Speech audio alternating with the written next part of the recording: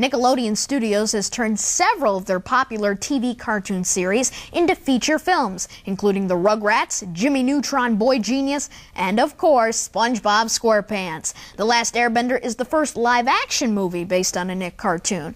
Unfortunately, an animated version would have been better. The story is set in a fantasy world where the 4 tribe nations, air, earth, wind, and fire, not the music group, control all of life. Since the disappearance of the Avatar, not the James Cameron Blue people, the Fire Nation has been at war with the other 3, looking to take over. A young boy named An, played by Noah Ringer, returns to the land, and it turns out that he is the Avatar, meaning he can master all 4 elements and communicate with the spirit world.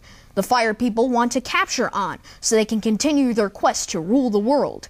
The good guys, led by a brother and sister who first find An, have to protect the Last Airbender and defeat the Fire Nation.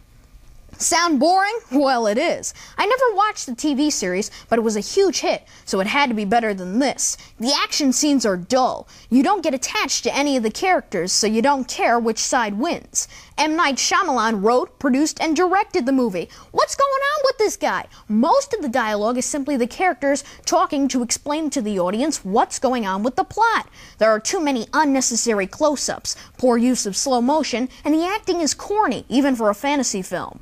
The Last Airbender was shot in 2D and then converted to 3D, the same process used in Clash of the Titans. Can we all agree now that this simply doesn't work? The 3D here is weak, and practically all the scenes are dark, making it even tougher to watch. Special effects? Well, the biggie comes at the end, a big wall of water that we've already seen several times in other films. Most of the action taking place during the screening I was at took place in the theater, with people constantly getting out of their seats and walking in front of the screen to go to the bathroom.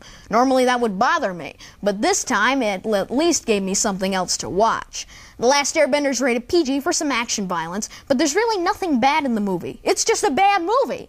On the official Kid Critic report card, The Last Airbender gets a D. It's one of the worst films of the year, and I'll be surprised if most fans of the TV series don't agree. The movie only covers book 1 of the 3-book series, and the final scene sets up a sequel. But I'm guessing that this will be the last Airbender we'll be seeing.